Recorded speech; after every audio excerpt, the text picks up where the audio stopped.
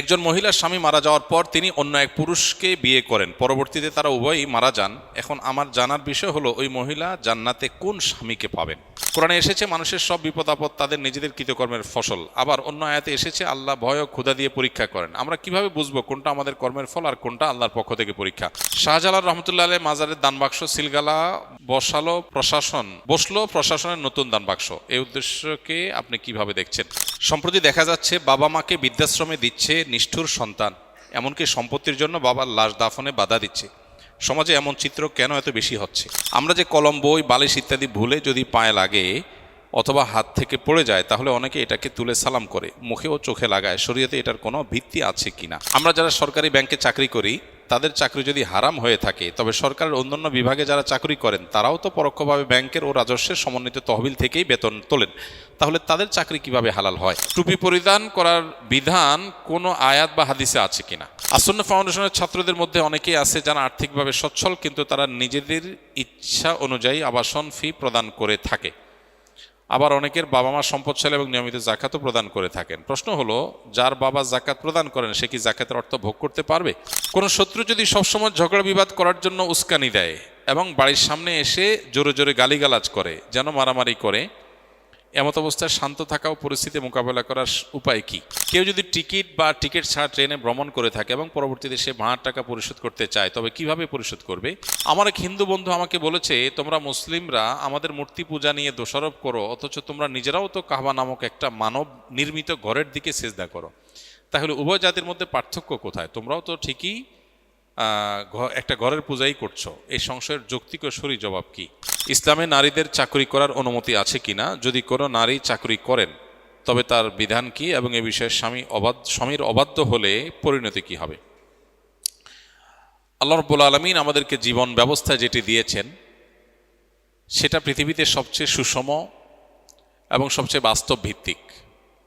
আল্লাহ সুবহানাহু ওয়া তাআলা আমাদেরকে যে সিস্টেম দিয়েছেন, যেটাকে সুন্নাতুল্লাহ বা আল্লাহর নিয়ম বলা যায়, আল্লাহর সিস্টেম বলা যায়, সেটা হলো কি?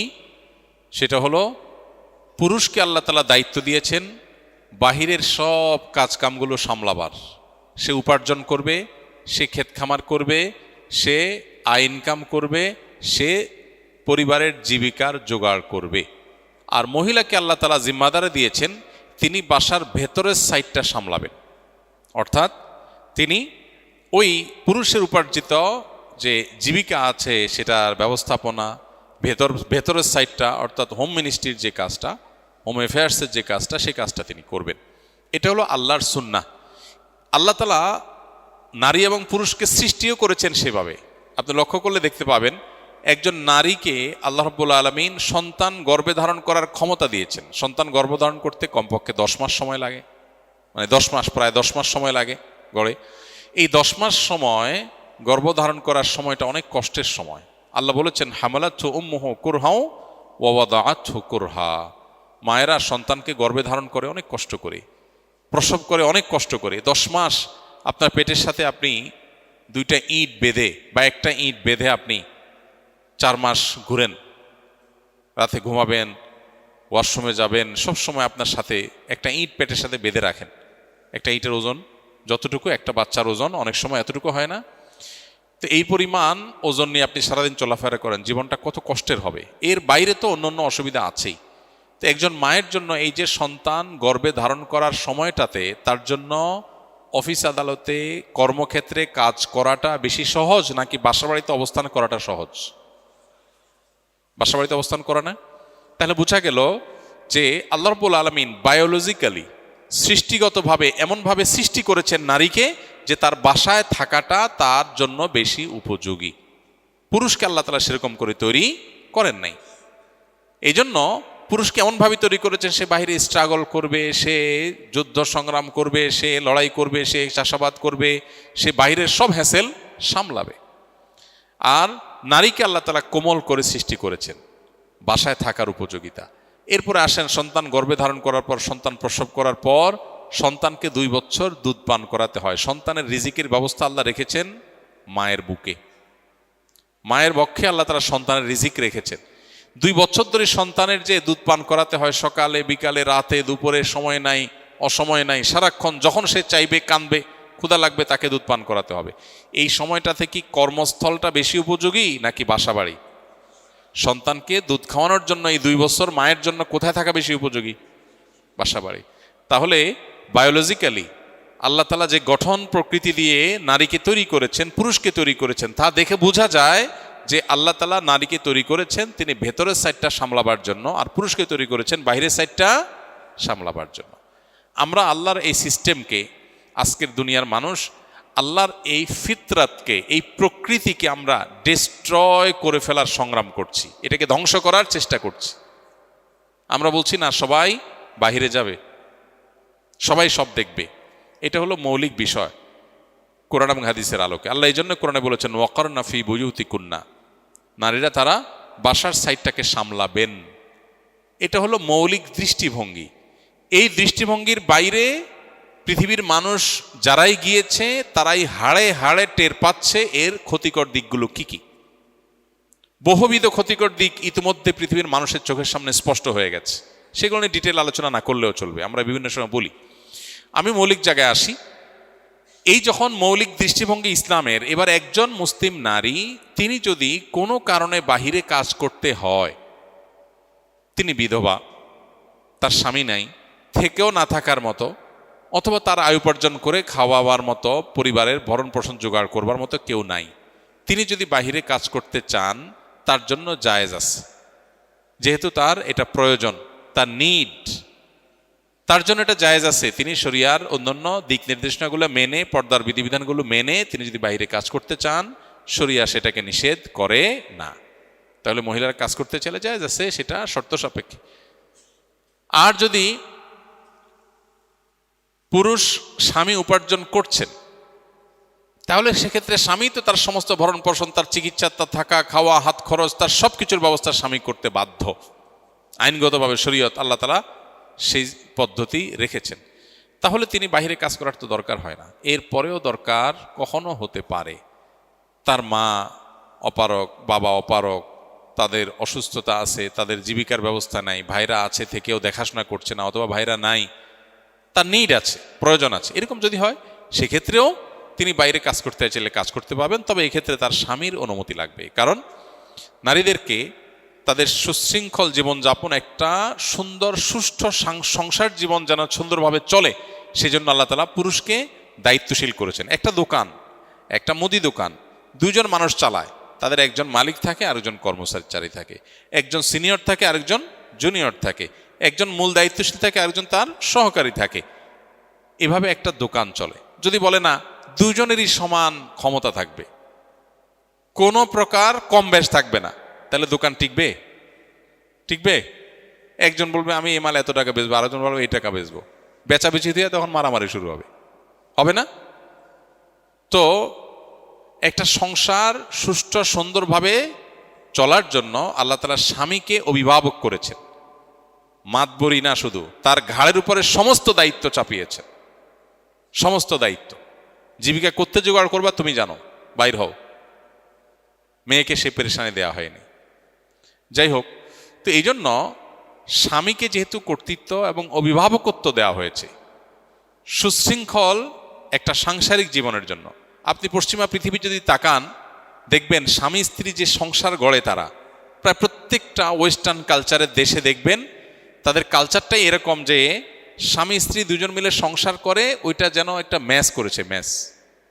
আমাদের ম্যাচ সিস্টেমে থাকি না, ওই রকম ম্যাচের যেরকম পার্টনার থাকে না, যে ঠিক আছে রুম ভাড়া 2000 টাকা, তুমি 1000 দিবে, আমি 1000 দিব, 2 জন মিলে থাকলে। হ্যাঁ, বুয়ার বেতন এত টাকা, তুমি অর্ধেক আমি অর্ধেক দিবা, ঠিক আছে, তুমি বুয়ার বেতন দিবা, আমি তাহলে পানির বিল দিব, আমি গ্যাসের বিল দিব, তুমি বিদ্যুতের বিল দিবা। এবার ভাগযোগ করে নেয় না, বা যা খরচ হয় 50-50 করে না? ওয়েস্টার্ন কালচারের প্রায় সবগুলো দেশে, অলমোস্ট বেশিরভাগ ফ্যামিলিতেই এই সিস্টেমে তারা চলে। স্বামী স্ত্রী 2 জন মিলে বাসা ভাড়া নেয় এবং যত খরচা হয় তারা 2 জন ভাগযোগ করে দেয়। এটা ম্যাচের পার্টনার, সেই হৃদ্যতা। এই জন্য একজনের কত ভাঙন ধরে, কত জোড়া লাগে, কত নদীর পানি খায়, কত ঘাটে যায়, কত আপনার উত্থান পতন হয়, তার কোনো ঠিক ঠিকানা নাই। এইটা সুন্দর নাকি মুসলমানদের মধ্যে যে দাম্পত্য সম্পর্ক আছে, সাংসারিক জীবন আছে। এখানে স্বামী স্ত্রী সংসারটা শুরু করে, স্বামী বাহিরের সাইড দেখে, স্ত্রী ভেতরের সাইড দেখে, এরপরে তাদের মধ্যে এমন সম্পর্ক হয়ে যায় যে স্বামীর সকল সম্পদে আসলে স্ত্রীর কর্তৃত্বই থাকে। দিন শেষে মাতবরিটা হয় কার? বউয়ের। বিয়ের পরে প্রথম প্রথম স্ত্রীরা একটু চাপে থাকে, কিন্তু আস্তে আস্তে আস্তে আস্তে তার মাতবরি, মাস্তানি, কর্তৃত্ব এগুলো এমন বাড়ে। ছেলে একটা হইছে, ওইটা আস্তে আস্তে আস্তে যত বড় হয় কার দলে আসে? মায়ের দলে না বাপের দলে? মায়ের দলে। এরপরে এদের ঘরে আবার বাচ্চা কাচ্চা যদি হয়, এগুলো কি দাদির সাথে থাকে না দাদার পক্ষে যায়? সব দেখবেন মহিলার পক্ষে। অর্থাৎ যত বাচ্চা হয় আস্তে আস্তে তার বাহিনী বাড়ে, বাহিনীর সদস্য বাড়ে। জোয়ানকালে যেই পুরুষ বাঘের মতো বউরে উঠাইতে বসাইতে সকাল বিকাল, বুড়াকালে সে আস্তে বিড়ালের মতো হয়ে যায়, কারণ তার কোনো লম্বা গলায় কথা বলার সুযোগ থাকে না। বুড়ি যা বলে সেভাবেই সংসার চলে, ঠিক না বেঠিক? ইসলামের সৌন্দর্যটা এখানে। ইসলাম বলে মেয়েদেরকে একটু সবর করো, সাংসারিক জীবনে একটু সবর করো। ননদ জ্বালাতন করে, দেবর জ্বালাতন করে, উল্টাপাল্টা করে, অন্যায় করে, ওরা অবশ্যই অন্যায় করে, কিন্তু তুমি সবর করো। শুরুতেই অস্থির হয়ে সংসারটা ভেঙে ফেলো না। নদীর কূলের ঢেউ দেখে এত ভয় পেও না, সামনে অগ্রসর হও। ও কূলে যেতে হলে সামনে অগ্রসর হতে হবে। একটা পর্যায়ে দেখা যায় সব কর্তৃত্ব মহিলার হাতে আস। অলমোস্ট 99% ফ্যামিলিতে মুসলমানদের এই অবস্থা না, যে বুড়া বেচারা বাসায়ও জায়গা থাকে না, মসজিদে এসে বসে থাকে, মসজিদ থেকে বেরোতে চায় না। মুয়াজ্জিন সাহেব, খাদেম সাহেব বলে, চাচা বাসায় যাবেন না, দরজা লাগাবো। বলে যে তোমাদের জ্বালা একটু ইবাদত বন্দেগীও করা যায় না। আসলে কাহিনী কি? আসলে কাহিনী হলো বুড়ার বাসায় খাওন নাই, বেল নাই, ওখানে রাজত্ব কর্তৃত্ব সব দখল করে নিছে কে? বুড়ি। এখন বুড়া কি করবে? মসজিদে এসে বসে থাকে, চায়ের দোকানে বসে থাকে, বেল নাই।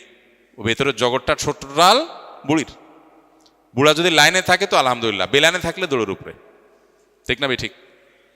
আহা, কত সুন্দর। আর যাদের মধ্যে দিন নাই, ইসলাম নাই, আল্লাহর বিধানের বাইরে যারা নিজস্ব বিধান তৈরি করে নিয়েছে, তাদের করুণ পরিণতি তাদের সমাজে আপনি কান পাতলে প্রত্যেকটা সংসার থেকে আপনি গোঙানি শুনতে পারবেন। তাদের বেদনা, ব্যথা, ভালোবাসার অভিনয় আছে, শুধু মুস্কি হাসবে, এটা গিফট করবে, ওইটা গিফট করবে, কত নাটক, কত সিনেমা, কত কিছু, ভেতর থেকে কিছু নাই। আল্লাহ তাআলা আমাদেরকে বোঝার তৌফিক দান করুন। দিন এবং ইসলামের বাইরে কোথাও শান্তি নাই, থাকতে পারে না, বাহ্যিক চাকচিক্য থাকতে পারে। এই জন্য মেয়েরা যদি বাইরে কাজ করতে চায়, ইসলাম সেটাকে অনুমোদন করে যদি তার প্রয়োজন হয় শর্ত সাপেক্ষে, কিন্তু এটা ইসলামের মূল ধারণা না। মূল ধারণা হলো বাইরে যাবে পুরুষ, সকল হ্যাসেল করবে সে, মহিলা কেন করবে? যদি কোনো স্বামী, তাহলে কথা হলো যে কোনো স্ত্রী যদি বাইরে কাজ করতে চায়, তাহলে স্বামীর পারমিশন সাপেক্ষে তিনি যেতে পারেন। যেহেতু স্বামী অভিভাবক যেহেতু, অতএব একজনের কথা তো মানতে হবে। একটা দোকানে, মুদি দোকানে দুজন লোক থাকলে একজনকে দায়িত্বশীল মানতে হবে, নাকি দুজন সমান পাওয়ারে থাকলে চলবে? এই জন্য স্বামীর পারমিশনটা লাগবে। স্বামীর পারমিশন নিয়ে তিনি বাইরে যেতে পারেন, পর্দার সাথে জব করে, ব্যবসা বাণিজ্য করে তিনি উপার্জন করতে পারেন, কোনো অসুবিধা নেই। আর যদি বাসার ভেতর থেকে করেন এবং তাতে তিনি বাসার ভেতরে থেকে অনলাইনে কিছু করতে চাচ্ছেন বা অফলাইনে কিছু করেন, এমন কিছু করেন যেটাতে স্বামীর কোনো হক নষ্ট হচ্ছে না, তাহলে সেক্ষেত্রে স্বামীর অনুমতি ছাড়াও তিনি করতে পারবেন। আল্লাহ রাব্বুল আলামিন এত স্বাধীনতা দিয়েছেন ব্যক্তি স্বাধীনতার পর্যায়ে, যে কোনো নারী যদি বলে আমি কোনো ছেলের সাথে বিয়ে বসবো না, পৃথিবীর কোনো মানুষের শক্তি নাই, বাবারও নাই, মায়েরও নাই, কোনো আলেমেরও নাই, কারোর শক্তি নাই ওই মেয়েকে ওই ছেলের সাথে বিয়ে দেওয়ার আইনগতভাবে। এত স্বাধীনতা একজন নারীকে ইসলাম দিয়েছে। তিনি যত উপার্জন করবেন, তার স্বামী ফকির হোক, মিসকিন হোক, যাই হোক না কেন, তার স্ত্রীর উপার্জনের মধ্যে 1 টাকারও দাবি করার কোনো এখতিয়ার স্বামীকে দেওয়া হয় নাই। নারীকে ইসলাম যে মর্যাদা দিয়েছে, আজকে নারীকে ফেক এবং মিথ্যা মর্যাদার আপনার নানা ফুলঝুরি এবং স্লোগান শুনিয়ে আমাদের বোনদেরকে বিভ্রান্ত করা হচ্ছে, আমাদেরকে বিভ্রান্ত করা হচ্ছে। আল্লাহ আমাদেরকে বোঝার তৌফিক দান করুন। আল্লাহর বিধানের বাইরে নারী হোক পুরুষ হোক কারোর কোনো মুক্তি নিহিত নাই। টুপি পরিধান করার বিধান কোনো আয়াত বা হাদিসে আছে কিনা? কোনো আয়াত বা হাদিসে টুপি পরিধান করার বিধান আছে কিনা? উত্তর হলো, টুপি নবী করিম সাল্লাল্লাহু আলাইহি সাল্লাম পড়েছেন, সাহাবা একরাম পড়েছেন, পড়তেন। এটাকে ওলামা একরাম সুন্নাতে আদা বলেন। সুন্নাতে আদাহ, সুন্নাতে ইবাদাহ না। সুন্নত দুই প্রকার, একটা হলো অভ্যাসগত সুন্নত, আরেকটা হলো ইবাদতগত সুন্নত। নবীজি সাল্লাল্লাহু আলাইহি ওয়াসাল্লাম তিনি টুপি পড়তেন, এটা অভ্যাসগত সুন্নাহ, ইবাদতগত সুন্নাহ না।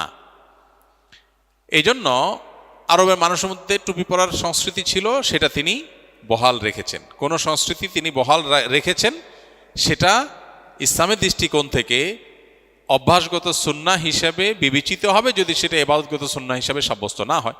যেমন নবী করিম সাল্লাল্লাহু আলাইহি সাল্লাম লাউ খেতে পছন্দ করতেন, এটা তার অভ্যাসগত সুন্নাহ, ইবাদতগত সুন্নাহ না। অভ্যাসগত সুন্নাহও যদি কেউ পালন করে, নবীজির মহাব্বতে সে সওয়াব পাবে। কেউ যদি লাউ পছন্দ করে, খায় এই কারণে যে নবী করিম সাল্লাল্লাহু আলাইহি সাল্লামের পছন্দের আইটেম ছিল, সেজন্য আমি খাচ্ছি, ওকে, তাহলে এর জন্য তিনি নবীজির মহাব্বতে তিনি করছেন, এই জন্য তিনি অবশ্যই আল্লাহর কাছে বিনিময় পাবেন। সেই হিসাবে টুপি যদি কেউ অভ্যাসগত নবীজির সুন্নাহ হিসাবে তিনি করেছেন, হ্যাঁ, তিনি কোনো নির্দেশ এটার জন্য দেন নাই, কোনো ফজিলত আলাদা বর্ণনা করেন নাই, বাকি তিনি পড়েছেন, এই জন্য তার মহব্বতে আমি পড়ি, এই জিনিসটা যদি কারোর মধ্যে থাকে, তাহলে সেক্ষেত্রে সে আল্লাহর কাছে আজর আশা করবে। আর টুপি এখন গোটা বিশ্বে মুসলমানদের প্রতিষ্ঠিত শেয়ার বা নিদর্শনে পরিণত হয়েছে। অর্থাৎ টুপি দেখলে বোঝা যায় এই লোকটা মুসলমান। মা বোনদের হিজাব নেকাব দেখলে বোঝা যায় এই ভদ্র মহিলা মুসলমান। কোনো কিছু যখন শেয়ারে পরিণত হয়, মার্কা বা ইউনিফর্মে পরিণত হয়, তখন সেটার একটা আলাদা গুরুত্ব এবং তাৎপর্য চলে আসে। তাহলে টুপি পরা কোনো ফরজ ওয়াজিব না, ইবাদতগত সুন্নাহ বলা যায় না। কেউ যদি জীবনে টুপি নাও পরে, আল্লাহর কাছে তার কোনো জবাবদিহিতাও নাই।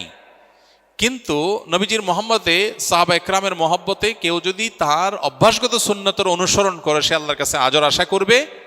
আর মুসলমানদের এটা একটা নিদর্শন, গোটা বিশ্বব্যাপী প্রতিষ্ঠিত হয়ে গেছে, নিদর্শনের আলাদা একটা ভ্যালু আছে, সেই ভ্যালুটা টুপির ক্ষেত্রে অবশ্যই প্রযোজ্য। কিন্তু এটার কারণে আল্লাহর কাছে না জবাবদিহিতার মুখোমুখি কেউ হবে না পড়লে, আর এটা না সুন্নাহ, না এটা কোনো সরাসরি এটাকে ইবাদত বলা চলে। এই জন্য কোনো ভাই টুপি পরেন না, তো তার প্রতি কোনো প্রকার আপনার খারাপ চিন্তা করার কোনো সুযোগ নাই, কারণ শরীয়ত এটাকে পড়তে হবে এরকম কোনো ম্যান্ডেটরিও করে নাই, এমনকি ইবাদতগত সুন্নাহ সাব্যস্ত করে নাই। তাহলে এটা কেউ না পড়লে তাকে নিয়ে কোনো মাথা ব্যথা হওয়া উচিত না।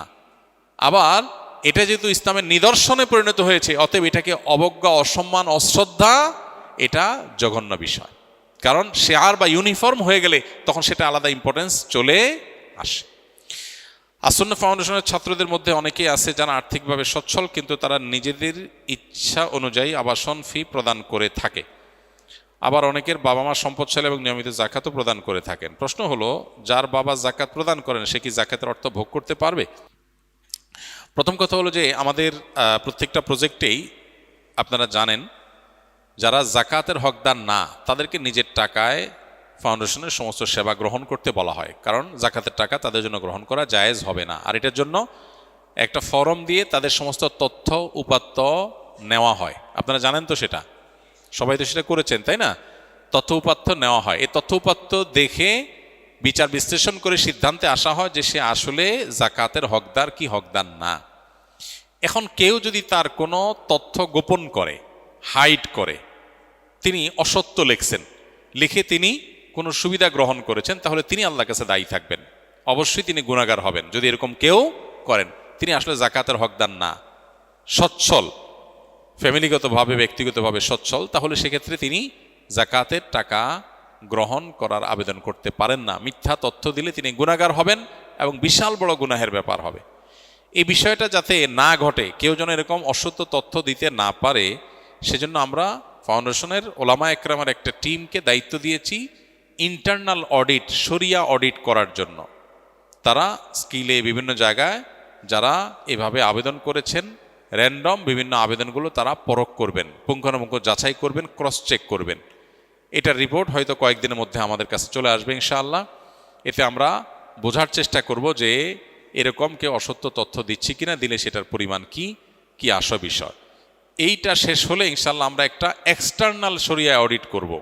এক্সটার্নাল শরিয়া অডিট মানে হলো আমাদের ফাউন্ডেশনের টিমে যে আলেমরা আছে তারা না, বাহির থেকে আলেম হায়ার করব, তাদেরকে স্বাধীনতা দিব যে আপনারা ফাইলপত্রগুলোর অ্যাক্সেস আপনাদের দেওয়া হলো, আপনারা একটু ঘাঁটেন তো যে আমাদের কোথাও এমন আছে কিনা কেউ জাকাতের হকদার না অথচ তিনি জাকাতের দাবি করেছেন। এটা আমরা এক্সটার্নাল অডিট করাবো ইনশাআল্লাহ। তো আলহামদুলিল্লাহ আমরা আমাদের জায়গা থেকে মানুষের আমানতের প্রতিটা টাকা যথাযথভাবে খরচ করার জন্য আমরা নিজেরা শরিয়ার ছাত্র হওয়ার পরেও বাহির থেকে ওলামা একরামদেরকে দিয়ে আমরা অডিট করাই, শরিয়া অডিট করাই, এবং ক্রিটিক্যাল বিষয়গুলোর শরিয়ার সিদ্ধান্ত আমরা নিজেরা জানা সত্ত্বেও সেটার সিদ্ধান্ত বাহির থেকে আবার ওলামা একরাম থেকে আমরা আনি। অতি সম্প্রতি একটা গুরুত্বপূর্ণ মাসআলা, অর্থনৈতিক একটা গুরুত্বপূর্ণ একটা বিষয়, আমরা ভারত, পাকিস্তান এবং বিভিন্ন দেশের ওলামা একরামের বড় বড় প্রতিষ্ঠানগুলো থেকে আমরা ফতোয়া সংগ্রহ করেছি নিজেদের আমল করবার জন্য। দেশের তো আছেই, দেশের বাইরে আরও বিভিন্ন দেশ থেকে আমরা এনেছি। এটা বলে আমি বোঝাতে চাচ্ছি যে আলহামদুলিল্লাহ আসুন্নাহ ফাউন্ডেশন মানুষের প্রতিটি পয়সার পরিপূর্ণ হক আদায় করার চেষ্টা করে। এরপরও মানুষ হিসেবে যদি আমাদের কোনো ত্রুটি হয়, আল্লাহ না করুন, সেটাও যেন বের করা যায়, সেজন্য আমরা ইন্টারনাল শরিয়া অডিট, এক্সটার্নাল শরিয়া অডিট, এরকম বিভিন্ন প্রক্রিয়া আমরা চালু রেখেছি।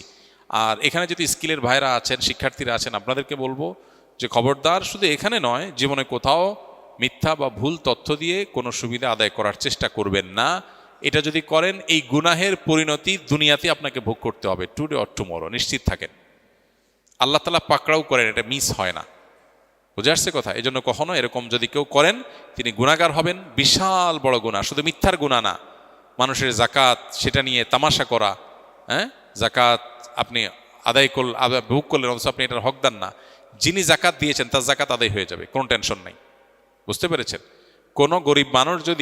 কোনো মানুষ যদি গরিবের অভিনয় করে তিনি আসলে গরিব না, তার কথা বিশ্বাস করে বাহ্যিকভাবে তিনি যা দেখিয়েছেন সেটা বিশ্বাস করে কেউ যদি জাকাতের টাকা দেয়, আসলে সে তথ্য গোপন করেছে, জাকাত আদায়কারী জাকাত আদায় হয়ে যাবে, কিন্তু যে গরিব, যে প্রতারণা করেছে সে আল্লাহর কাছে বিশাল বড় অপরাধী হবে। কোনো শত্রু যদি সবসময় ঝগড়া বিবাদ করার জন্য উস্কানি দেয় এবং বাড়ির সামনে এসে জোরে জোরে গালিগালাজ করে, যেন মারামারি করে, এমত অবস্থায় শান্ত থাকা ও পরিস্থিতি মোকাবেলা করার উপায় কি? ভাইরা আমার, দুনিয়ার সবচেয়ে কঠিন কাজগুলোর একটা হলো মাথা ঠান্ডা রাখা। কি রাখা? মাথা ঠান্ডা রাখা, সবর করা, সংযম করা। এটা হলো দুনিয়ার সবচেয়ে কঠিন কাজগুলোর একটা। অনেক লম্বা লম্বা ওয়াজ করাও সহজ, কিন্তু জায়গা মতো সবর করা সহজ না। এই যে প্রশ্ন করেছেন, এরকম পরিস্থিতি আমাদের প্রত্যেকের জীবনে কম বেশি আসে। এমনভাবে খোঁচাখুচি করতেছে, এমনভাবে আপনাকে খেপায় তুলতেছে, জেদ সৃষ্টি করার চেষ্টা করতেছে যে টিকে থাকা কঠিন, মেজাজ ঠান্ডা রাখা কঠিন। কিন্তু আপনি সুচিন্তিতভাবে আমার কি করা উচিত, চুপ থাকা যদি ভালো হয়, সে যত খেপাক আমি চুপ থাকব, আর যদি রিয়্যাক্ট করতে হয় যতটুকু করলে আমার জন্য কল্যাণ আমি ততটুকু, এর বেশি করব না। এই সিদ্ধান্তটা সহজ সিদ্ধান্ত না, অনেক কঠিন সিদ্ধান্ত। এটা সবাই পারে না। দাড়ি রাখা, টুপি পরা, জুব্বা পরা, এমনকি নামাজ কালাম পড়া, এগুলো যত সহজ, সবর করা এত সহজ না। এই জন্য অনেক নামাজি কালাম মানুষে দেখবেন যে পরিস্থিতি যখন খারাপ হয় দেখা যায় সেরাবেরা অবস্থা হয়ে গেছে, মুখ খারাপ করে গালিগালাজ করে চেতে মেতে অবস্থা খারাপ হয়ে গেছে। তো এই জন্য সংযম বা আত্মনিয়ন্ত্রণ এটা খুব কঠিন একটা কাজ। ইসলাম আমাদেরকে বারবার এই জিনিসটা শিখিয়েছে, আমাদেরকে নিজেদেরকে কি করতে হবে, নিজেকে কন্ট্রোল করা শিখতে হবে। যেখানে যতটুকু দরকার ততটুকু ডোজ দিব, বেশি দিয়া এরপরে বলবো সরি, এটা করা উচিত না। তো এই জন্য ঝগড়া বিবাদ করে, গায়ে পড়ে আপনাকে খেপানোর চেষ্টা করে, আপনি নিজেকে ঠান্ডা রাখবেন। আপনার জন্য একটা সান্ত্বনার হাদিস আছে, কিভাবে ঠান্ডা রাখবেন, ওই হাদিসটার কথা মনে রাখবেন। এবং মাঝে মধ্যে এই হাদিস লিখে বাসা বাড়িতে বিভিন্ন জায়গায় লাগা রাখতে পারেন, মোবাইল স্ক্রিনে, কম্পিউটার স্ক্রিনে এটা ভাসিয়ে রাখতে পারেন, যাতে করে আপনার মোটিভেশন হয়। আবু দাউদে বর্ণিত একটা হাদিস নবী করিম সাল্লাল্লাহু আলাইহি সাল্লাম থেকে বর্ণিত হয়েছে, তিনি বলেছেন, আনা জাইমুন বিবাইতিন ফি রাবাদিল জান্নাতি লিমান তারাকাল মিরা ওয়া ইন কানা মুহিক্কা। অর্থাৎ নবীজি বলেছেন, আমি জান্নাতের মধ্যে একটি প্রাসাদ পাইয়ে দেওয়ার, জান্নাতে প্রাসাদের মালিক হওয়া মানে কিন্তু দুনিয়ার মতো কোনো ফ্ল্যাট প্লট বা বাড়ির মালিক হওয়ার মতো না। দুনিয়াতে মানুষ মালিক হয় কতদিনের জন্য? আপনি একেবারে দুবাইয়ের পামজমারিতে ফ্ল্যাট কিনলেন, আপনি নিউ ইয়র্কে ফ্ল্যাট কিনলেন, অস্ট্রেলিয়ার সিডনিতে ফ্ল্যাট কিনলেন, খুব সুন্দর সুন্দর জায়গায় দামি ফ্ল্যাট বাড়ি কিনলেন, কতদিন ভোগ করবেন? 50, 60, 70, 80 বছর, ঠিক না বেঠিক? মালিকানা তো এই পর্যন্তই। এরপরে মালিক হবে কে? ছেলে, বউ, অন্য কেউ। এরপর তো আর আপনি মালিক না, নাকি?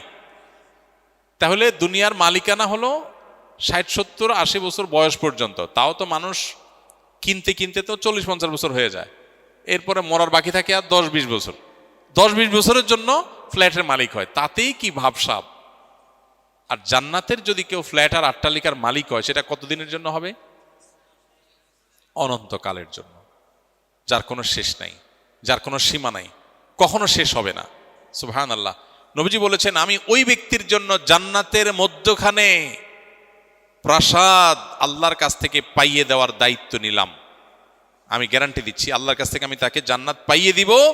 যে ব্যক্তি ঝগড়া করার উপলক্ষ তৈরি হওয়ার পরেও অন্যায়ভাবে তার উপরে জুলুম করা হচ্ছে, তারপরে সে কথা বাড়াচ্ছে না, কেন? ঝগড়া বাড়বে সেজন্য। সে নিজেকে নিয়ন্ত্রণ করছে, মুখ বুজে চলে আসছে, কথা বাড়াই নাই, পুরা উল্টা পাল্টা বলতেছে, পুরা অন্যায় করতেছে। চাইলেই এখানে এটাকে নিয়ে সামনে বাড়ায় ঝগড়া করা যায়, কিন্তু সে ঝগড়াটা এড়াইতে চাচ্ছে, এই জন্য বলছে ভাই থাক, ঠিক আছে ভাই আপনি যা বলছেন ওকে। সে সামনে কথা বাড়াইতে চায় না। নিজের ন্যায়ের উপরে থাকা সত্ত্বেও, ন্যায়ের উপরে থাকলে সাধারণত একটু ঝগড়া করতে বেশি মন চায় না। শয়তান তখন উস্কায়, শয়তান বলে যে এই তুমি চুপ থাকবা, কি দুঃখে মিয়া, সে তো উল্টা পাল্টা কথা বলতেছে। আরে এসব উল্টা কথা মানা যায় নাকি? ঝগড়া করার পর কেউ জিজ্ঞেস করে ভাই এত চেঁচাচেঁতি গেলেন কেন? আরে ভাই কি উল্টা পাল্টা কথা শুনেন না, মাথা ঠিক থাকে। শয়তান যুক্তি দেখায় না। কিন্তু ইমানদার, বুদ্ধিমান ইমানদার, যে ওই যে জান্নাতে আল্লাহ নবীর দায়িত্ব নেওয়া প্রাসাদের মালিক হতে চায়, সে কি করবে? সে সবর করবে। সে দেখতেছে উল্টাপাল্টা হচ্ছে, দেখছে যে কথা বললে এখানে ঝগড়া হবে, ঝগড়া হলে আমার মেজাজটা গরম হবে, তার চাইতে বলে ভাই ঠিক আছে ভাই। ওয়াইদা খাতাবাহুমুল জাহিলুনা ক্বালু সালামা, জাহেলদের সাথে কথা বললে বলবে সালাম। এই মানুষটা খুব কম সমাজে, এই মানুষের সংখ্যা খুব, কারণ জান্নাতি মানুষ তো কম হবে। তাহলে এবার দেখেন, যৌক্তিক হোক, আপনার কথাটাই সঠিক, সে উল্টাপাল্টা বলতেছে, ফেসবুকে একজনের পোস্ট লিখছে, আর দেখলে মেজাজটা কি উল্টাপাল্টা কথা বলতেছে, এই জন্য আপনি কমেন্ট বক্সে গিয়া তার গোষ্ঠী উদ্ধার করে গালিগালাজ দিল, সে আবার আপনার গোষ্ঠী উদ্ধার করে, আপনি আবার তার দাদার গোষ্ঠী উদ্ধার করলেন। এভাবে আস্তে আস্তে সামনে বাড়তে থাকলো। বুদ্ধিমানের কাজ, সম্ভব হলে যৌক্তিকভাবে পারলে তাকে বুঝালাম, আর যদি মনে হয় বুঝাইতে গিয়ে উল্টা বরং আমারই মেজাজ গরম হবে একটু পর, তার চাইতে ভালো বলবো ভাই ঠিক আছে আপনারটা নিয়ে আপনি থাকেন, মুস্কি হাসি দিয়ে চলে আসবো। এটা হলো বুদ্ধিমান মানুষের কাজ। ওয়াইজা খাতাবাহুমুল জাহিলুনা ক্বালু সালামা, জাহেলদের সাথে কথা বলবো ভাই সালাম, সালাম ভাই সালাম, থাকো তুমি, আমি ঝগড়াতে নাই। ইমানদারে তো ফালতু সময় না বসে বসে তেনা পেঁচাবে। তো এই জন্য ভাই, গ্রামে শহরে সব জায়গায়, বিশেষ করে গ্রামে তো এগুলো অনেক বেশি হয়। আইল ঠেলা ঠেলি, জমি ঠেলা ঠেলি, গন্ডগোল, ফাসাদ, মানে গায়ের উপরে এসে পড়ে, তাই না? ঠিক রাখা কঠিন, কিন্তু কঠিন কাজটা করতে পারলেই জান্নাত পাওয়া যাবে। আল্লাহ আমাদেরকে তৌফিক দান করুন। তাহলে এই হাদিস আমাদের জন্য মোটিভেশন, এই হাদিস আমাদের জন্য বিশাল বড় অনুপ্রেরণা। যদি আমি হক এবং সত্যের উপরে থাকা সত্ত্বেও ঝগড়া না করি, ঝগড়া এড়ায় চলি, না ভাই কথা বাড়ায় ঝগড়া কাজটি করতে পারবো না, ঝগড়াতে বাঁচার চেষ্টা করি, তাহলে জান্নাতের দায়িত্ব নিয়েছেন কে? নবীজি সাল্লাল্লাহু আলাইহি সাল্লাম। তিনি বলেছেন আনা যাইমুন বিবাইতিন ফি রাবাদিল জান্নাতি লিমান তারাকাল মিরা ওয়া ইন কানা মুহিক্কা। দেখেন, সে নিশ্চিত সত্য জানে, তারপরেও সে ঝগড়া করতে চায় না, ঝগড়া এড়ায় চলতে চায়, জান্নাতে প্রাসাদ পাবে সে। আল্লাহ আমাকে আপনাকে সেটা করার তৌফিক দান করুন। ঝগড়াটা মানুষ ভরা এখন সমাজে, চতুর্দিকে কি মানুষ ভরা? ঝগড়াটা মানুষ। সবরকারী মানুষ খুব বেশি এটা পাওয়া যায় না। ঠান্ডা মাথার মানুষ হলে আমরা বলি ধোঁড়ার সাপ, এত কিছু করলো, কিছুই বললো না। আপনারা একজনে গালিগালাজ করে উদ্ধার করে ফেলছে, জমি ঠেলছে, দুনিয়ার উল্টাপাল্টা করছে, আপনি যদি সবর করেন, আপনার বউ বলবে তুমি কি পুরুষ না? বলবেন আমি জান্নাতি।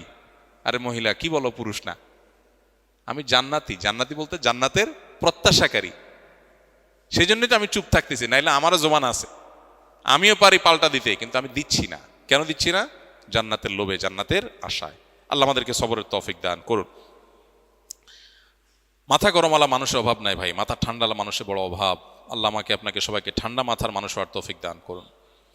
কেউ যদি টিকিট ছাড়া ট্রেনে ভ্রমণ করে থাকে এবং পরবর্তীতে সে ভাড়ার টাকা পরিশোধ করতে চায়, তবে কিভাবে পরিশোধ করবে? ভাই, ট্রেনে অথবা বাসে বা কোনো পরিবহনে আপনি টিকিট ছাড়া কখনো চড়েছেন, তাহলে ওই একই পরিবহনে ওই একই ট্রেনের যত টাকার টিকিট কেটে আপনি চড়েন নাই, অত টাকার টিকিট কেটে আপনি ওটা ছিঁড়ে ফেলে দিলেন।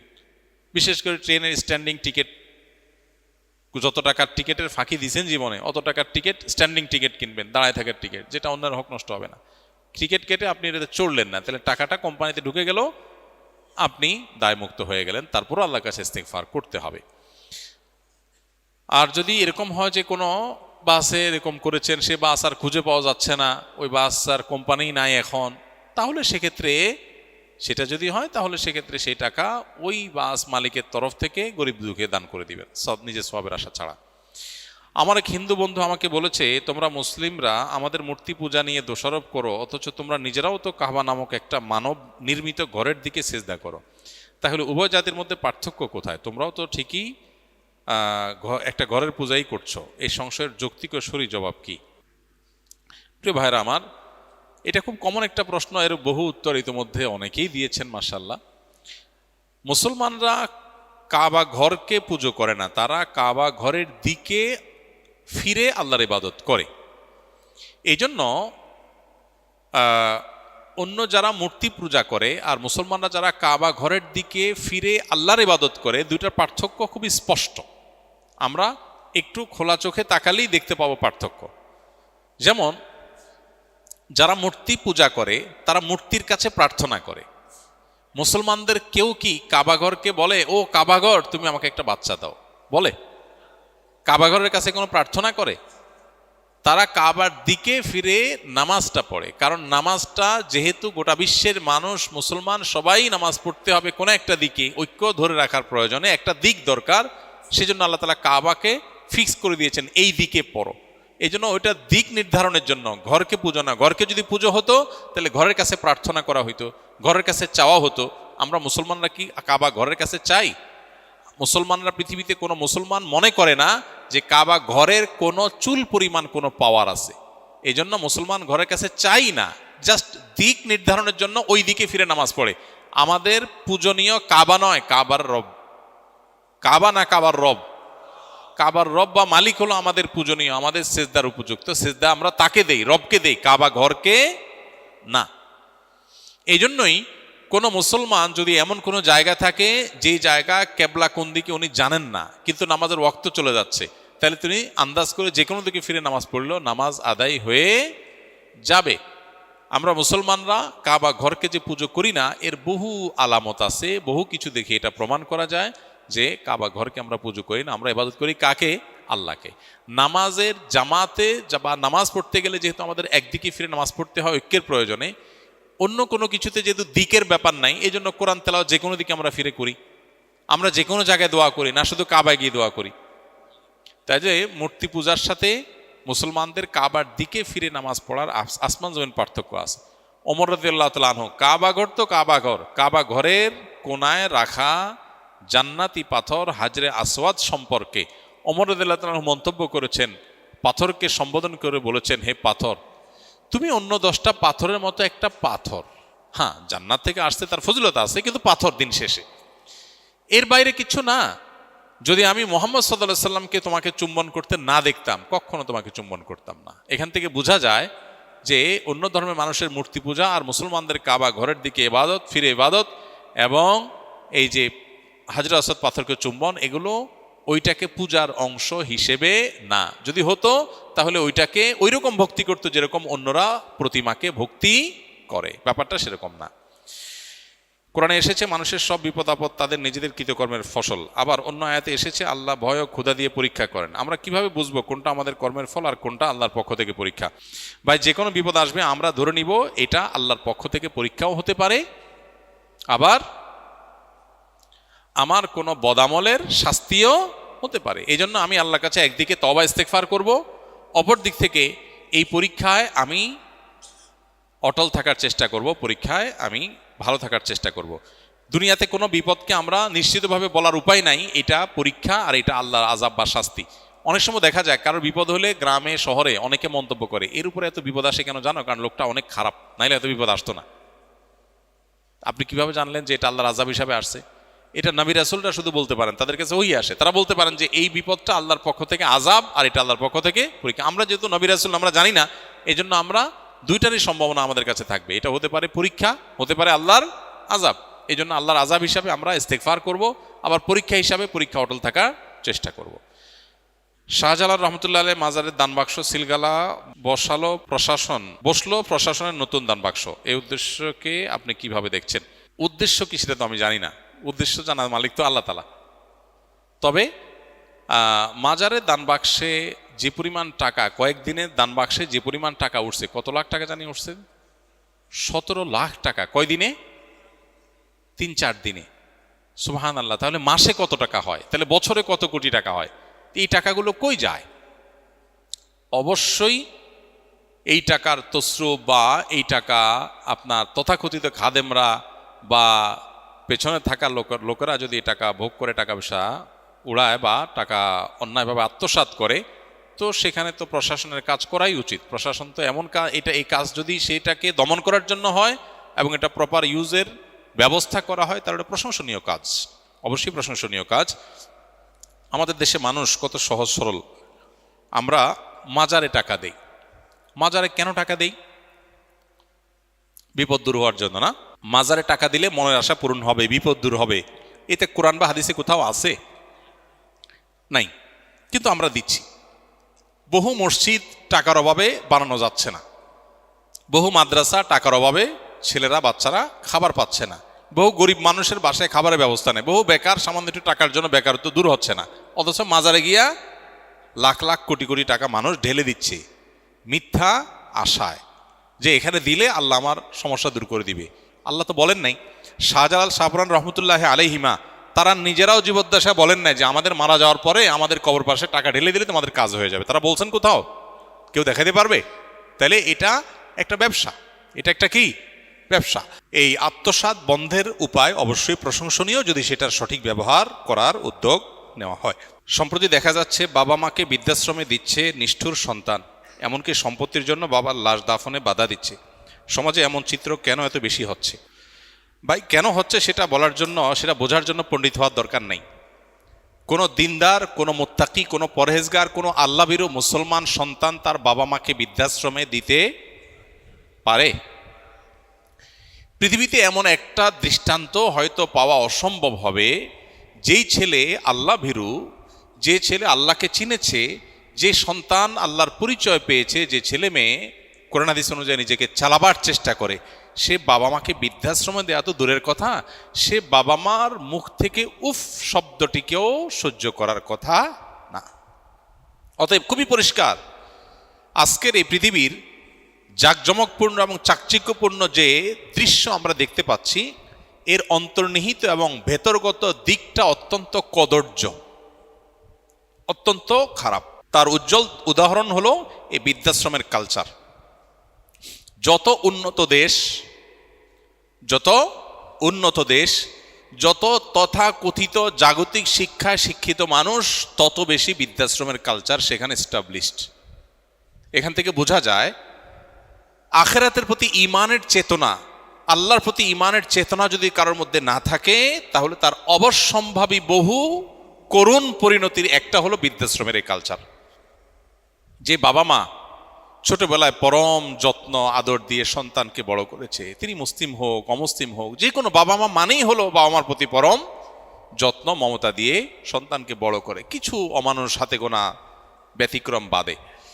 তো এই যে বাবা মা এত মমতা স্নেহ দিয়ে বড় করার পর, বুড়ো হওয়ার পর তাদেরকে আপনি ভুলে গেলেন, তাদেরকে আপনি ইগনোর করলেন, এটা তো মানুষের কমন সেন্সও এটাকে ডিনাই করে। অবশ্য আজকের যে পৃথিবী ডেভেলপড হচ্ছে, আজকের যে পৃথিবী প্রতিষ্ঠিত হচ্ছে, এখানে আমরা দেখতে পাচ্ছি সন্তানের প্রতি ছোটবেলা থেকে অবিচার করা হচ্ছে, যার কারণে তার করুণ পরিণতি বাবা মা বৃদ্ধ বয়সে পাচ্ছেন। কিভাবে অবিচার করা হচ্ছে? সন্তান জন্মের পর আপনি এমন কালচার ডেভেলপ করেছেন যে পুরুষ লোকটাও কাজ করবে, মহিলা লোকটাও চাকরি করবে, দুইজনই চাকরি করবে। তাহলে বাচ্চার কি হবে? বাচ্চাকে দিয়ে যাবেন হলো কোথায়? বুয়ার কাছে বা বেবি কেয়ারে, ডে কেয়ারে। তাহলে যে বয়সে বাচ্চা মায়ের পরম আদর পাওয়ার কথা, বাবার স্নেহ পাওয়ার কথা, সে বুয়ার কাছে বড় হচ্ছে, বেবি কেয়ারে, ডে কেয়ারে বড় হচ্ছে। তাহলে বাচ্চার প্রতি অবিচার করা হচ্ছে কি হচ্ছে না? এখন তো বাচ্চার আলাদা খাট বের হয়েছে, দুধের বাচ্চাকেও আলাদা খাটে শোয়ানো হয়, মা বাবার কাছেও শোয়ানো হয়। তো এই বাচ্চা যখন বাবা মার স্নেহ মমতা থেকে বঞ্চিত হচ্ছে, শুধু সেটা না, ওয়েস্টার্ন কালচারে 17-18 বছর বয়স হয়ে গেলে এরপরে বাচ্চাকে বলে কই আলাদা করে দেয় যে যাও তুমি এবার তোমার লাইফ গোছাও, তুমি প্রাপ্তবয়স্ক হয়ে গেছো, আমাদেরকে একটু এনজয় করতে দাও আমাদের মতো করে। আর মুসলমান বাবা মা সাধারণ চিত্র কি, বাবা মা কোনো দিনই চায় না সন্তান তার থেকে আলাদা হোক, সারা জীবন থাকতে পারলে আরো ভালো লাগে তার কাছে, না? আর ওয়েস্টার্ন কালচারে বাবা মাই চায় না যে 17-18 বছর পর আমার কাছে থাক, বাইরে হও, দূর হও, তুমি কোথায় থাকবা তোমারটা তুমি বুঝো, সরকার ভাতা দিবে, তুমি নিজে ইনকাম করো, করে যা খুশি করো, আমাকে এবার আমার মতো চলতে দাও। যখন সন্তানের প্রতি মায়া মমতা বাবা মার তুলে নিচ্ছে, ছোটবেলা থেকেই তারা কর্মমুখী হচ্ছে, সন্তানের দিকে খেয়াল করতেছে না, তখন এই বাবা মাকে বৃদ্ধ বয়সে বৃদ্ধাশ্রমে রাখবে না, কি করবে? বোঝেন নাই কথা? আল্লাহর সিস্টেমকে যখন মানুষ ভায়োলেশন করবে তার করুণ পরিণতি এরকম হয়। হ্যাঁ, আমি বলছি না যে বৃদ্ধাশ্রমে থাকা সব বাবা মা তার কৃতকর্মের ফসল পাচ্ছেন, আমি সবাইকে ব্লেম দিচ্ছি তা কিন্তু না। আমি বলছি কালচারাল সমস্যার কথা। অনেক বাবা মা সন্তানকে মানুষ মতো মানুষ করার চেষ্টা করেছেন, কিন্তু সন্তান কুলাঙ্গার এবং অমানুষ হয়েছে, এটা সন্তানের দোষ, বাবা মার দোষ না। এরকম বহু বাবা মাও আছেন। আল্লাহ তাআলা আমাদেরকে আদর্শ বাবা মায়ের ভূমিকা অবতীর্ণ হওয়ার তৌফিক দান করুন। সন্তান যেন আমাদের চক্ষু শীতলকারী হয়, আল্লাহ সেই তৌফিক আমাদেরকে দান করুন। একজন মহিলার স্বামী মারা যাওয়ার পর তিনি অন্য এক পুরুষকে বিয়ে করেন, পরবর্তীতে তারা উভয়ই মারা যান। এখন আমার জানার বিষয় হলো ওই মহিলা জান্নাতে কোন স্বামীকে পাবেন? কি চিন্তার বিষয়! বিরাট পেরেশানির কথা। মানুষের চিন্তার আর আইটেম খুঁজে পায় না। আরে ভাই, কোনো মহিলার স্বামী মারা গেল বা স্বামীর সাথে বিচ্ছেদ হলো, আরেক স্বামীর সাথে বিয়ে হলো, স্বামী মারা যাওয়ার পরে আরেক স্বামীর সাথে বিয়ে হলো, এখন মারা গেল। এখন এই মহিলা, তাকে তার আগের স্বামী অনেক ভালোবাসতো, উনি মারা গেছে, এখন তারে যদি না পায় তাহলে জানাতে তার কষ্ট হবে না? আবার সে যদি তারে পায় তাহলে দ্বিতীয় যে স্বামী ছিল বেচারার দোষ কি? মুসিবত না? আমরা মানুষ হিসাবে আমাদের সংকীর্ণ দৃষ্টিভঙ্গি বা সীমাবদ্ধ চিন্তার কারণে আমাদের কাছে এই জাতীয় বিষয়গুলো অনেক ডিফিকাল্ট মনে হয়। কিছু কিছু মানুষ প্রশ্ন করার সময় এমন প্রশ্ন করে, হুজুর একটা মাসালা আছে আজকে, জটিল মাসালা কিন্তু হুজুর, উনি খুব আদা জল খেয়ে একদম প্রস্তুতি নিয়ে আসছে, উনি আজকে জটিল মাসালা নিয়ে আসছে। ওটা শোনার পরে দেখা যাচ্ছে আমার পাশে থাকা ছাত্রই হেসে দিছে যে এই মাসালার জন্য ওনার কাছে যাওয়া লাগে নাকি, এটা তো আমিই পারি। কিন্তু যিনি আসছেন তিনি মনে করতেছেন এটা কি মহা জটিল। তো বান্দা মনে করতেছে আল্লাহ এখানে কি করবে? নাউজুবিল্লাহ, আল্লাহ তো এখানে সিদ্ধান্ত দিবে কিভাবে, একজনকে দিলে আরেকজন নাখোশ হয়ে যাবে। আল্লাহর চিন্তা আপনার না করলেও চলবে। আল্লাহ রাব্বুল আলামিন কতভাবে সমাধান করতে পারেন সেটা আল্লাহ তাআলা ভালো জানেন। একটা সম্ভাব্য ওয়ে, জাস্ট একটা আইডিয়া, আল্লাহ যাকে দিবেন, সর্বশেষ স্বামী যিনি, এক স্বামীর সাথে ছিল, সে স্বামী মারা গেলেন, আরেক বিয়ে হলো, এই স্বামীও মারা গেলেন, আরেক বিয়ে হলো, সর্বশেষ যে স্বামী যিনি, এই স্বামীর সাথে যদি আল্লাহ তাআলা এই ভদ্র মহিলাকে দেন জান্নাতে, তাহলে প্রশ্ন হলো আগের স্বামীরা তো তার ভুলতে পারবে না, জান্নাতে তারা তো তার মিস করবে। উত্তর হলো আল্লাহ তাআলা তার প্রোফাইল থেকে এই মহিলাকে ডিলিট করে দিবেন। কি বলেন? তার মেমোরি থেকে ডিলিট করে দিবেন। এরকম কোনো মানুষ তার পৃথিবীতে ছিল, সে হতে পারে না এরকম। আজকাল বিভিন্ন রোগের কারণেও তো মানুষ এরকম হয়ে যায় না যে তার ছেলেকেই ভুলে গেছে আর সে চিনে না। তো আল্লাহ রাব্বুল আলামিন কতভাবে ম্যানেজ করবেন এটা আল্লাহ তাআলা ভালো জানেন। আপাত দৃষ্টিতে তো সর্বশেষ স্বামী যিনি তার সাথে থাকবে এটা খোলা চোখে বোঝা যাবে। এই বিষয়গুলোকে কোরআন হাদিস আলাদা করে ডিসক্লোজ করে নাই, এগুলো আলাদা স্পষ্ট করা হয় না। অতএব এগুলোতে আমাদের ঘাটাঘাটি না করলেও চলবে। এখন মুশকিল হলো মানুষ দুনিয়া থেকে আখিরাতটাকে দুনিয়ার মতো মনে করে। মহিলা চিন্তা করে আমি কোনটারে পাবো, স্বামী চিন্তা করে হায় রে আমি পাবো কিনা। আরে চান্দু, কিয়ামতের ময়দানে ইয়ানফসি বলতে জান যাবে, কারে পাবে না পাবে সে তো বহুত পরের কাহিনী, তাই না? তো এই জন্য আমরা দুনিয়াটারে আমাদের মতো করে ভাবি, এই জন্য এরকম মনে হয়। ওই যে এক মহিলা অনেক আগে লাইভে আমার কাছে প্রশ্ন করেছিল, লিখেছিল যে ভাই এমন কোনো আমল আছে কিনা যে আমি মারা যাওয়ার পরে আমার স্বামী আর কোনো বিয়ে করতে পারবে না। তা আমি বললাম যে আপনি মারা যাওয়ার পরে আপনার চরকায় তেল দিতে দিতে জান যাবে, স্বামী বিয়ে করছে না অন্য কি করছে এটা দেখার সময় আপনার হবে না। এটা দুনিয়াতে এখন ফুর্তিতে আছেন তো এই জন্য এসব মনে হচ্ছে, মরার পরে আপনার সেই ফিলিংস থাকার কথা না, ইয়ানফসি করতে জান যাবে। তো যাই হোক, এটা আল্লাহ তাআলা ভালো জানেন এবং আল্লাহর জন্য এগুলোর সমাধান কোনো জটিল বিষয় না, আমাদের কাছে অনেক জটিল মনে হতে পারে। আমরা যে কলম, বই, বালিশ ইত্যাদি ভুলে যদি পায়ে লাগে অথবা হাত থেকে পড়ে যায়, তাহলে অনেকে এটাকে তুলে সালাম করে, মুখে ও চোখে লাগায়। শরীয়তে এটার কোনো ভিত্তি আছে কিনা? বা এই কোরআন বা হাদিসে আলাদা করে কলম, খাতা, বই, আপনার বালিশ বা বই পুস্তক এগুলো সম্মান করতে চাই যে জিনিসগুলোকে আমরা, সেগুলো পায়ে লাগলে সেগুলোকে মানে সালাম করা বলতে আসসালামু আলাইকুম তো আর বলে না, টাচ করে একটু মুখে চুমা দেয়, এটা যে আমাদের দেশে করে, এরকম কোনো কথা কোরআন বা হাদিসে আমাদেরকে করতে বলা হয়নি। কিন্তু সম্মান পাওয়ার উপযুক্ত জিনিসকে সম্মান করতে হবে, এটা আদব এবং শিষ্টাচার। ইসলাম আমাদেরকে সেটুকু জিনিস শিখিয়েছে। ফলে জ্ঞানের একটা উপকরণ, সেটাকে আমরা অসম্মান করব না, জ্ঞানের উপকরণকে আমরা অসম্মান করব না, সম্মান প্রদর্শন করব, এটুকু শিক্ষা ইসলামের আপনার যে কোর শিক্ষা আছে সেখান থেকে বোঝা যায়। এখন এটার প্রদর্শন, সম্মান প্রদর্শনের ব্যাপারটাতে এক এক অঞ্চলে এক একটা কালচার প্রচলিত আছে, এক একটা কৃষ্টি প্রচলিত আছে, এক একটা আপনার অভ্যাস মানুষ এক এক এলাকার মানুষের মধ্যে আছে। আমাদের এই অঞ্চলে মানুষের মধ্যে সম্মান প্রদর্শনের জন্য কার গায়ে পাও লাগে গেলে তাকে মনে করা অসম্মান করা হয়েছে, পাও লাগলে। অথচ আরবরা মানুষ একজন আরেকজনকে ঘুম থেকে ডাকার জন্য পাও দিয়ে ডাকে, এরকম করে। আমাদের এরকম করে পাও দিয়ে যদি ডাকে, তো ঘুম থেকে উঠে প্রথমে একটা বিসমিল্লাহ পড়ে মারবে, তাই না? যে আপনি লাথি মারতেছেন, আমার ইয়ারকি মারতেছেন নাকি? অথচ তাদের কাছে এটা কোনো দোষের ব্যাপার না। মক্কাতে মসজিদে আরামে, মদিনা মসজিদ নবীতে দেখা অনেক আরাবিয়ানরা কেউ যদি শুয়ে থাকেন পাও দিয়ে এরকম মানে লাথি মারে, লাথি তো না, মানে তাকে ডাকে। তো এই অঞ্চলে মানুষ প্রথম তো খুব বিব্রত হয়, আরে লোকটা কি ব্যাককল নাকি? তো এখন আমাদের এখানে যেহেতু সম্মান সবাইকে দিতে হবে, অসম্মান করা যাবে না, এটা মৌলিক কথা। তো এখন আপনি কারোর কাছে পায়ে লাগলে আমাদের দেশে সাধারণত অসম্মান করে পাও লাগানো হয়। সেই জন্য আপনি তাকে টাচ করে শুধু বুঝাইলেন যে ভাই এটা ভুলে হয়েছে, ওই ভুলে হয়েছে যে ওইটা তর্জমা হলো তার গায়ে টাচ করলেন। টাচ করেন আমাদের দেশে, পাও লাগলে কি করে? গায়ে হাত দেয়। এর মানে কি? এটা তর্জমা হলো ভাই ভুলে লাগছে, সরি, অতএব এটা ঠিক আছে। তো এরকম যদি বালিশ ইত্যাদিতে পাও লাগছে আর কেউ এরকম চুমা দিছে, এর মানে হলো সে আসলে অসম্মান করতে চায় না, ভুলে লাগছে। তো এটা মৌলিকভাবে কোনো অন্যায় জিনিস না, তবে এটাকে কোনো সুন্নাহ মনে করা যাবে না, কোরআন হাদিসের নির্দেশ মনে করা যাবে না, কারণ কোরআন হাদিসের এরকম কোনো নির্দেশনা নাই। এটা জাস্ট আমার নিজস্ব শ্রদ্ধা বোধ থেকে, শিষ্টাচার বোধ থেকে আমি করছি, জাস্ট এতটুকু। এর কোনো শরঈ গুরুত্ব নাই, শরঈ বিবেচনা এটা কোনো সুন্নাহ মুস্তাহাব কোনো কিছুর মধ্যে পড়ে না, এটা খুব ক্লিয়ার থাকতে হবে আমাদের কাছে। বাকি সব ঠিক আছে। তো এক এক এলাকার মানুষ এক একভাবে নিজের অবস্থার প্রকাশ করে। আপনি কেরালার মানুষ যদি দেখেন, ইন্ডিয়ার কেরালা, তামিল, এই সমস্ত এলাকার মানুষজন যদি জিজ্ঞেস করে তুমি খাইছো, তো আমরা সাধারণত মাথা নাড়ি এভাবে, যদি মুখ দিয়ে কেউ উত্তর না দেয় মাথা দিয়ে উত্তর দেয়। তো আমাদের এলাকার মানুষ, এই বাংলাদেশের মানুষ, এই অঞ্চলের মানুষ মাথা এরকম নেড়ে, তার মানে খাইছি না। আর ওরা কি বলবে? এখন আমাদের দেশে যদি কাউকে জিজ্ঞেস করে খাইছো, আর সে বলে, এটার মানে কি? এটার মানে কি? খায় নাই। কিন্তু ইন্ডিয়ান ওই সমস্ত এলাকার মানুষজনকে যদি জিজ্ঞেস করে যে খাইছে, তো বলবো হ্যাঁ খালিয়া, হ্যাঁ খালিয়া, হ্যাঁ খালিয়া। এখন সে তো মাথা এরকম করে ডুলায়। আমার দেশে এটা মানে হলো না, আর তার ওখানে হলো হ্যাঁ।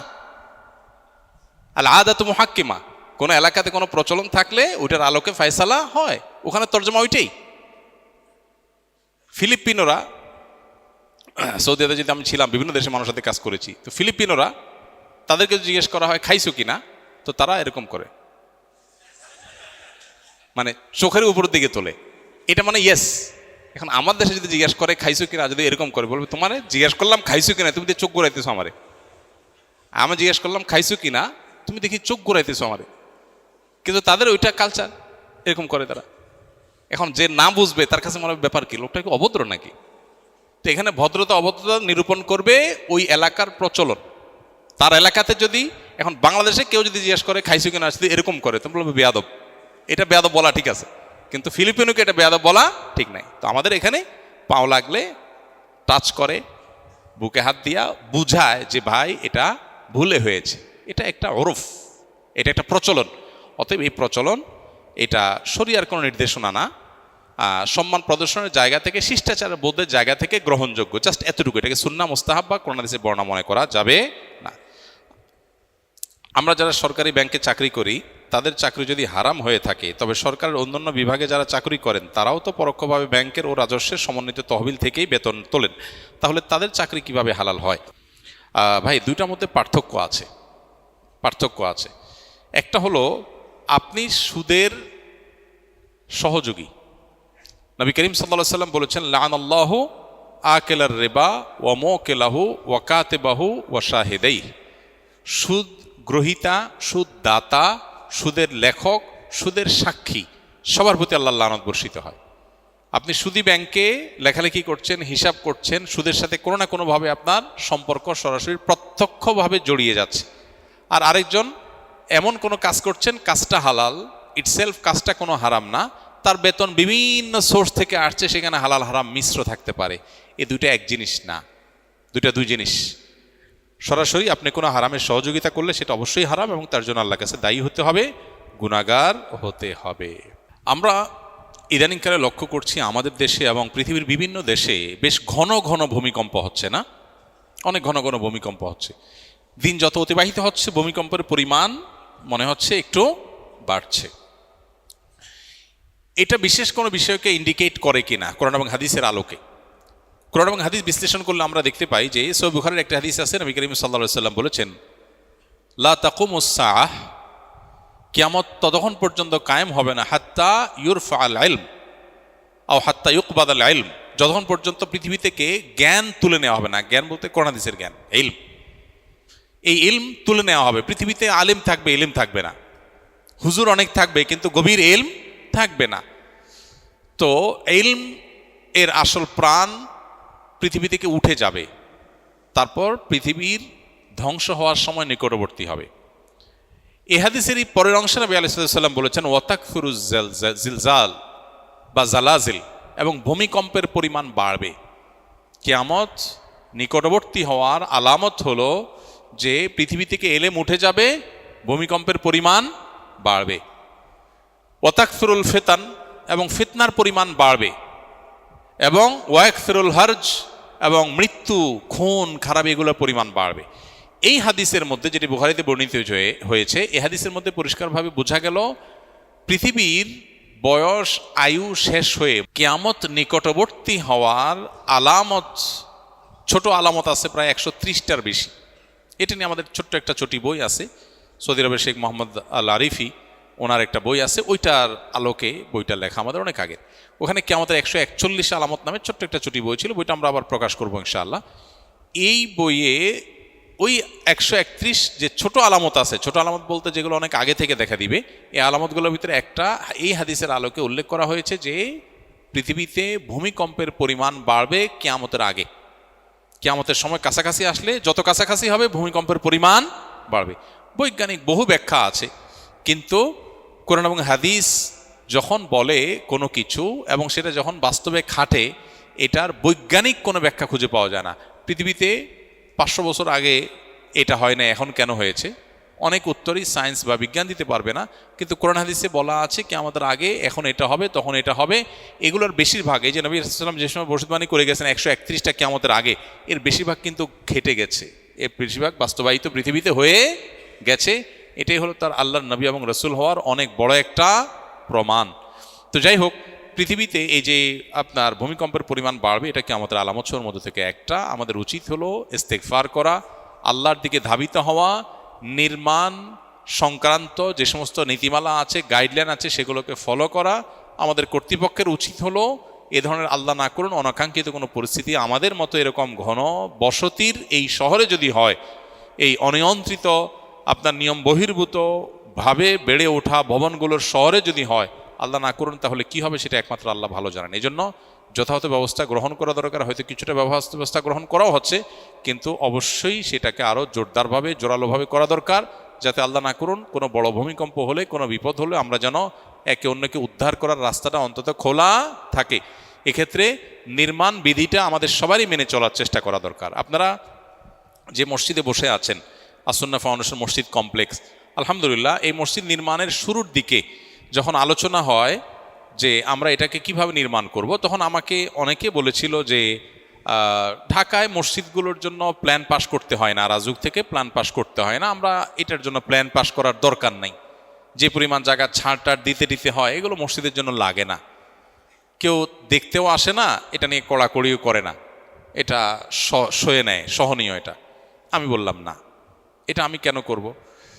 নির্মাণ বিধি মেনে চলা সবাই নিরাপত্তার জন্য দরকার। তো নিরাপত্তার জন্য দরকার যেটা, শৃঙ্খলার জন্য যেটা দরকার, সেটা মেনে চলার শিক্ষা ইসলাম দিয়েছে। সেটা মসজিদ তো আগে পালন করবে। মসজিদ কেন ভায়োলেশন করবে? মসজিদকে কেন ভায়োলেশন করানো হবে মসজিদকে দিয়ে? এটা তো উচিত হবে না। বলে যে না, ভায়োলেশন করলে আমরা অনেক বেশি জায়গা পাবো, অনেক বড় করতে পারবো। আমরা একটু ছোট হোক। আপনারা দেখেন ডানে অনেক জায়গা, বামে অনেক জায়গা ছাড়া হয়েছে, দেখবেন অনেক জায়গা ছাড়া হয়েছে। বলে এগুলো নেওয়া যায় তো ভিতরে। আমরা নেওয়ার দরকার নেই। আল্লাহর ঘর, এখান থেকে মানুষ নীতি এবং আদর্শ শিখবে। এখান থেকে যদি ভায়োলেশন শিখে, তাহলে মানুষ শিখবে কোত্থেকে? শুধু ওয়াজ থেকে শিখবে? মসজিদ নিজেই তো, মসজিদের অবস্থান থেকেও তো মানুষ শিখবে। তাই আমি বললাম না, এটা হতে পারে না। আলহামদুলিল্লাহ আমরা বললাম যে বাংলাদেশে কোন মসজিদ আপনার প্ল্যান পাস করছে, কে করে নাই, কোন মসজিদকে দিয়ে মসজিদ কমিটির লোকজন ভায়োলেশন করছে আর করে নাই, এগুলো আমাদের জানা নাই। তবে আমরা এগুলোকে সঠিক মনে করি না। যেটা মানুষের জন্য কল্যাণকর সেটা করলে আল্লাহ সওয়াব দেন, যেটা মানুষের জন্য ক্ষতিকর সেটা করলে আল্লাহ গুনাহ দেন। অতএব একজন ঈমানদার তিনি কোন অবস্থাতেই মানুষের জন্য ক্ষতিকর কিছু করতে পারেন না। মসজিদ শুধুমাত্র নীতিবাক্য বলার জায়গা না, মসজিদ থেকে নীতিবাক্য প্রতিষ্ঠার জায়গা। আমি গ্রামে গিয়েছি গত 4-5 দিন আগে, চেয়ারম্যান সাহেব আসছে দেখা করতে। চেয়ারম্যান সাহেব আমাকে বলল, ভাই একটা বিপদ। কি? বলে যে আমাদের ইউনিয়নের ঠিক বর্ডারে পার্শ্ববর্তী ইউনিয়নের একটা কেস আমার কাছে আসছে। তো সেখানে এলাকার লোকজন, একজন অসহায় মহিলা, তার জায়গা কিছু একটু ঝামেলা জায়গাতে আছে, ঝামেলা আছে দেখে ওইটাতে মসজিদ বানায় ফেলছে। এখন সবাই নামাজ কালাম পড়তেছে, মহিলা ভয়ে তো আর কিছু করতে পারে না। ওটা এখন মসজিদ হওয়ার কারণে সবাই ওইটার প্রতি খুব সিম্প্যাথি। হ্যাঁ, মসজিদের জায়গা রক্ষা করতে হবে, তাহলে আল্লাহ খুশি হবে। মসজিদের জায়গা রক্ষা করতে গিয়ে যদি মহিলার 2টা ধাক্কাও দেওয়া যায়, যেহেতু আল্লাহর ঘরের জন্য লড়াই করবো, তাহলে কি হবে? আল্লাহ খুশি হবে। তো চেয়ারম্যান সাহেব আমার কাছে আসছে, ভাই এই হলো ক্রাইসিস এলাকাতে। আমি বলি যে আল্লাহ তো খুশি হবে না, আল্লাহ মায়েরার 2টা বাড়াই দিবে, ওইটারে সম্ভাবনা আছে। কেন? কারণ আল্লাহ যদি জিজ্ঞেস করে, বেটা তুই নিজের জন্য চুরি করলে একটা ব্যাপার হইতো, তুই আমার ঘরের জন্য চুরি করছস, মানে মসজিদে তুই আসামের কারগা দরকার আছে, তো মাইতো তো ডাবল হবে। সারা জীবন আকাম কুকাম করে, চুরি ডাকাতি দুর্নীতি 2 নম্বরই সুদ ঘুষ খায়া পেটে বদহজম করে, এরপরে বুড়া বয়সে মসজিদ কমিটির সদস্য হইয়া মনে করে সারা জীবন তো নিজের জন্য করলাম, এটা আল্লাহর জন্য করি। তাইলে যদি কাটাকাটি হয়, মায়ের আরো বরং ডাবল পড়বে। খুবই জঘন্য কথা। বেশিরভাগ মসজিদ কমিটির লোকেরা এই বিষয়গুলোকে খেয়াল করেন না। তাদের উচিত আল্লাহকে ভয় করা। আমি একটা মসজিদে অনেক কয়েক বছর আগে ওই মসজিদের সামনে দিয়ে গাড়ি দিয়ে যাচ্ছিলাম, দেখি যে মসজিদের যে চৌহদ্দি, ঢাকা শহরে তো ছোট ছোট জায়গা, চিপা চিপা জায়গা, রাস্তার পাশে মসজিদ, ওই চৌহদ্দি পার হইয়া মসজিদের সিঁড়ি স্লোপ করে ওই লোকজন ওঠার জন্য রাস্তা 1-1.5 ফিট জায়গা দখল করে ফেলছে, রাস্তার উপরে চলে গেছে। এমনি ছোট রাস্তা, একটা গাড়ি গেলে আরেকটা ক্রস করা যায় না, এর মধ্যে আবার 1-1.5 ফিট দখল করছে মসজিদের সিঁড়িয়ে। কেন? সিঁড়িটা একটু ভিতরে দিলে কি হইতো? মসজিদে একজন লোক কম দাঁড়াইতে পারতো, কিন্তু রাস্তাটাতে দখল হইতো না। তো রাস্তার জায়গায় মসজিদের সিঁড়ি আনা কি জায়েজ হয়েছে? এই রাস্তা তো মসজিদের জন্য, রাস্তা তো চলাচলের জন্য। এখন মসজিদ কেউ কিছু বলবে না, কমিশনার সাহেব কিছু বলবে না, কেউ ভয়ে বলবে না, সেজন্য আপনি দখল করলেন। এ তো মাস্তানি। মাস্তানি যদি মসজিদে দিয়া করেন, তাহলে মানুষ শিখবে কোন জায়গা থেকে? খুবই জঘন্য কথা। আপনারা যদি কোনো মসজিদ মাদ্রাসার সাথে জড়িত থাকেন, খবরদার, মসজিদ মাদ্রাসা দিয়ে মানুষের হক নষ্ট করা যাবে না। এসব জায়গা থেকে নীতি আদর্শ সবার আগে চর্চা হইতে হবে। আমরা এই জন্য আমাদের মসজিদ কমপ্লেক্স আলহামদুলিল্লাহ রাজুক থেকে প্ল্যান পাস করে, আমি বলছি প্ল্যান যেভাবে পাস হয়েছে ঠিক সেভাবে বাস্তবায়ন করতে হবে, এক চুল হেরফের করা যাবে না। কারণ আমরা নিয়ম ভাঙতে চাই না, আমরা নিয়ম গড়তে চাই। এই যে বাংলাদেশের ড্রাইভিং স্কুলগুলোতে, কয়টা ড্রাইভিং স্কুলে 60 ঘন্টা প্র্যাকটিক্যাল করানো হয় গাড়িতে? কয়টা? খবর নিয়ে দেখেন, একটাও পান কিনা? কয়টা আছে দেখেন, বাইর করতে পারেন কিনা? আলহামদুলিল্লাহ আমরা আমাদের ড্রাইভিং স্কুলে 60 ঘন্টা সরকারের নিয়ম প্র্যাকটিক্যাল করতে হয়, 60 ঘন্টায় আমরা প্র্যাকটিক্যাল করি আলহামদুলিল্লাহ। তো আমরা চেষ্টা করি নিয়ম ভাঙার দেশে নিয়ম রক্ষা করার। আল্লাহ তাআলা আমাদেরকে নিয়ম মানার সংস্কৃতিতে আসার তৌফিক দান করুন। তো যেটা বলছিলাম ভূমিকম্পের ব্যাপারে, যে কিয়ামতের আলামত সমূহের মধ্যে থেকে একটা, আমাদের উচিত সতর্ক হওয়া, আমাদের উচিত সচেতন হওয়া, নির্মাণ বিধি মেনে চলা, এবং সরকার এবং সংশ্লিষ্ট দুর্যোগ মন্ত্রণালয় সহ কর্তৃপক্ষের কর্তব্য হলো আল্লাহ না করুন বড় কোনো বিপদের আশঙ্কা যেটা দীর্ঘদিন থেকে করা হচ্ছে, যদি এরকম কিছু হয় অন্তত উদ্ধার কাজ যেন চলে, সেজন্য যথাযথ ব্যবস্থা গ্রহণ করা। আল্লাহ তাআলা আমাদেরকে সেই তৌফিক দান করুন।